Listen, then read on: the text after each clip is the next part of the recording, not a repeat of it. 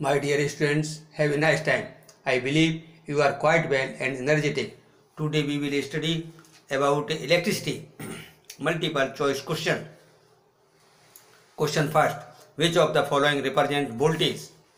A. Work done upon current into time. B. Work done into charge. Work done into time upon current.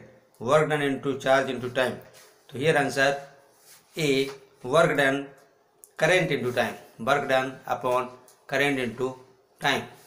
So here answer A. Unit of electric power may also be expressed as volt ampere, kilowatt ampere, watt second and joule second. तो here answer volt ampere.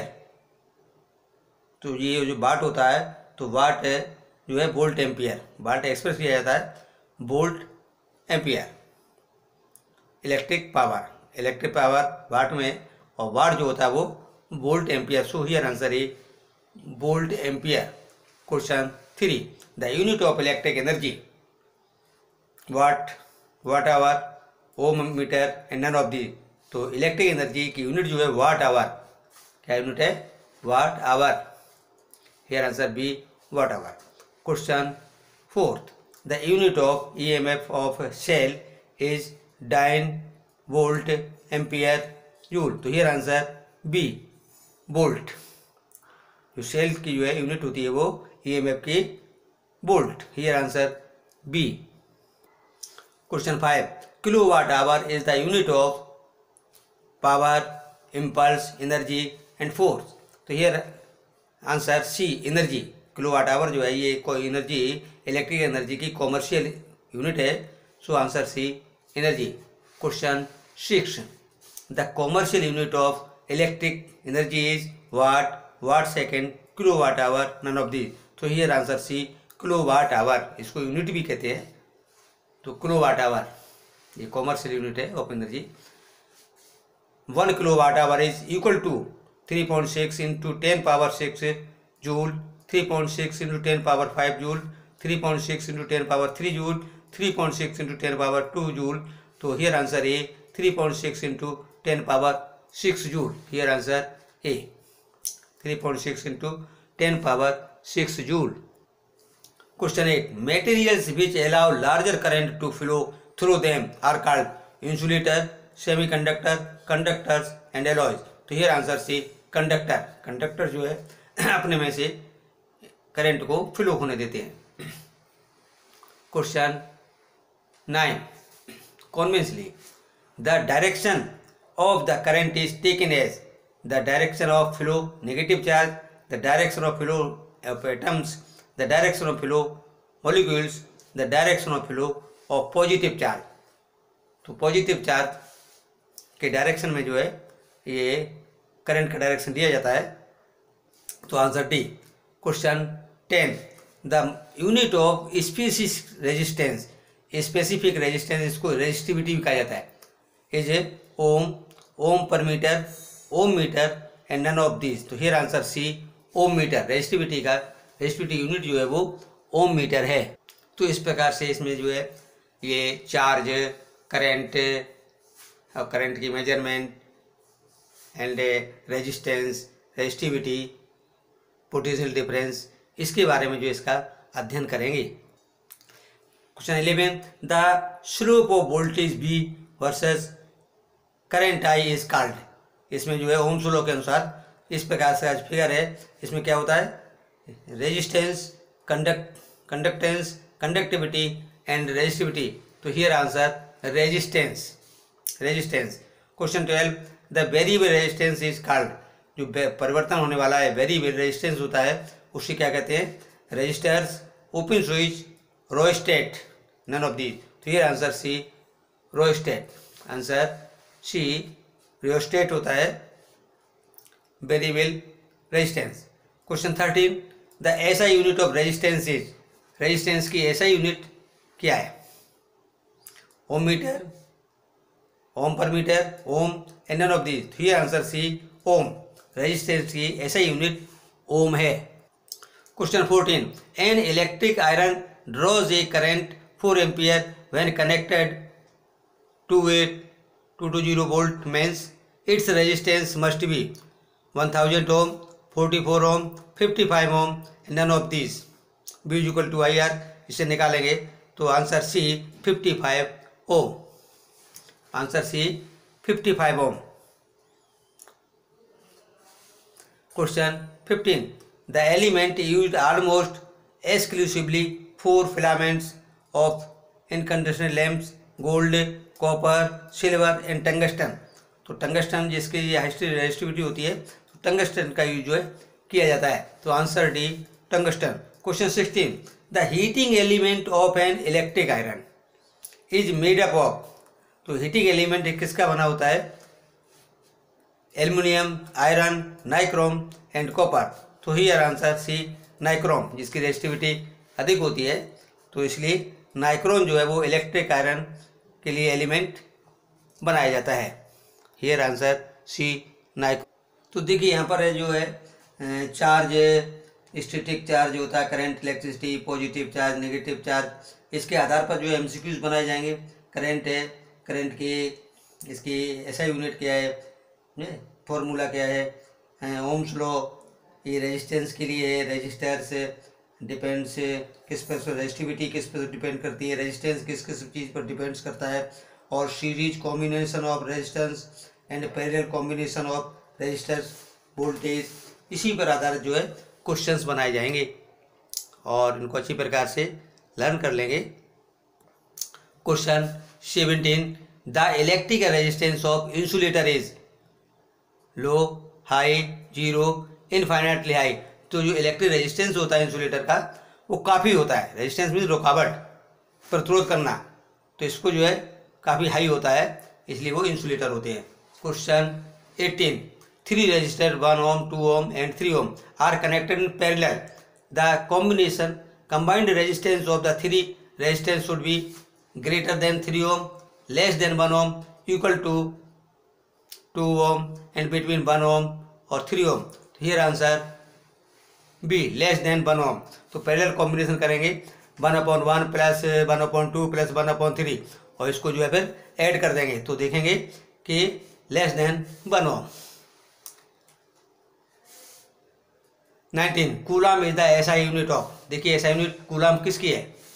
Current, charge, potential difference and resistance. तो here charge जो कि SI unit क्या है? Coulomb. तो coulomb जो है वो चार्ज की एसआई यूनिट है। तो here answer B, charge. Important points देखेंगे इसमें। Unlike charge attract each other. Unlike charge जो है वो अट्रैक्ट ईच अदर, आपस में अट्रैक्शन होता है। अब इसी पर आधारित जो क्वेश्चंस बनेंगे, like charge repel each other, ऐसा ही unit of charge is coulomb. तो यूनिट के आधार पर जो है इसमें एक करेक्ट हो जाएगा और 3 जो है इनकरेक्ट दे दी जाएंगे। इस प्रकार से ये बनाएंगे same Q. Charge at rest static electricity, charge जो है रेस्ट पर होता है उसे क्या कहते हैं? Static electricity. Charge in motion, जब चार्ज मोशन में आ जाता है तो कहलाता है करंट इलेक्ट्रिसिटी, करंट कहलाता है। तो electric current flow charge per unit, electric current क्या है? Flow charge per unit time में। I equal Q upon T. तो इलेक्ट्रिक करंट इसकी ऐसा यूनिट एम्पियर, ऐसा unit ampere measured by ammeter. तो ये इलेक्ट्रिक करंट जो है वो एमीटर द्वारा, एक डिवाइस है एमीटर, उसके द्वारा मेजर किया जाता है और इसको हमेशा जो है सीरीज में कनेक्ट करते हैं। जो सर्किट होता है उसमें सीरीज में एमीटर को कनेक्ट किया जाता है। 1 ampere 1 coulomb upon second and 1 coulomb per second. तो इस प्रकार से ये इलेक्ट्रिक करंट। अब देखिए इलेक्ट्रिक पोटेंशियल इसकी ऐसा यूनिट क्या है? वोल्ट। इलेक्ट्रिक पोटेंशियल है ऐसा unit volt. 1 volt 1 joule per coulomb. B equal to W upon Q measured by voltmeter, measured by क्या? Voltmeter, connected in parallel. तो इसको जो है किसके द्वारा? वोल्ट मीटर द्वारा मेजर किया जाता है और वोल्ट मीटर को जो सर्किट है उसके पैरेलल जिन पॉइंट के बीच में हम वो मतलब जो है पोटेंशियल डिफरेंस मालूम करना है, उनमें जो है पैरेलल कनेक्ट कर देते हैं। ओम्स लॉ क्या है? V directly perpendicular I, V upon Y is equal to R constant. क्या है, ये रेजिस्टेंस निकलेगा constant, B equal to I R. Resistance R B upon I, तो रेजिस्टेंस की ऐसा यूनिट क्या है, ओम। रेजिस्टेंस ऐसा यूनिट ओम। और ये किस किस पर रेजिस्टेंस किस किस पर डिपेंड करता है, लेंथ पर डिपेंड करता है। जो हमारा कंडक्टर है उसकी लेंथ पर, वायर कैसा है, कितनी लंबाई का, area and nature of the material. तो R directly proportional L upon A, R ये रो एल अपॉन ए, रो जो है ये रेजिस्टिविटी, रो को क्या कहते हैं, रेजिस्टिविटी कहा जाता है इसको। देखिए रेजिस्टेंस जोड़ते हैं इन सीरीज, इस प्रकार से R1 R2 R3 सीरीज में जोड़ते हैं। Same current pass through each resistance, इसमें जो है सेम करंट पास होता है ईच रेजिस्टेंस। वोल्टेज डिफरेंट रहते हैं, वोल्टेज डिफरेंट। इक्विवेलेंट रेजिस्टेंस आते हैं आर सीरीज में, R1 plus R2 plus R3। Resistor in parallel देखिए इसमें voltage across each resistance same रहता है। Current divided in each branch में जो है करंट डिवाइडेड हो जाता है। इस प्रकार से देखेंगे इसमें ये R1 R2 R3, तो यहाँ से जो करंट जाएगा वो डिवाइड हो जाएगा, हर ब्रांच में जो है डिवाइड हो जाएगा। इसको जब जोड़ते हैं तो 1/RP equal to 1/R1 plus 1/R2 plus 1/R3, ये parallel combination.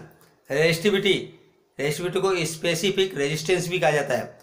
Row equal to R upon L, ऐसा यूनिट ओम मीटर। रेजिस्टिविटी की ऐसा यूनिट ओम मीटर है। Low resistivity good conductor, resistivity low होगी तो कैसा वो मटेरियल होगा हमारा, good conductor substance. High resistivity insulator, ये रेजिस्टिविटी किस किस पर डिपेंड करती है, nature of material. Resistivity nature of material पर डिपेंड करती है एंड टेम्परेचर ऑफ सबस्टेंस।